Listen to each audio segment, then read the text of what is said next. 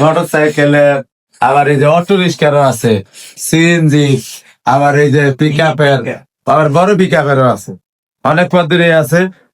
কিন্তু আমি বেশিরভাগ ব্যবহার করছি রিক্সা, ভ্যান আর অটো রিক্সা, এগুলা। মোটামুটি সব ধরনের মোটরসাইকেল, ইজি বাইক, তারপরে সিএনজি, অটো রিক্সা, তারপরে mini truck, mini pickup, এসব সবগুলো পাওয়া যায়। আমি বিভিন্ন দুস্থ মানুষজনকে সবসময় সহায়তা করে আসছি, কিন্তু এইবার প্রথম আর কি লাইমলাইটে আসলাম। আমরা কিন্তু করতে চাই নাই, আমরা আমাদের নামও দিতে চাই নাই।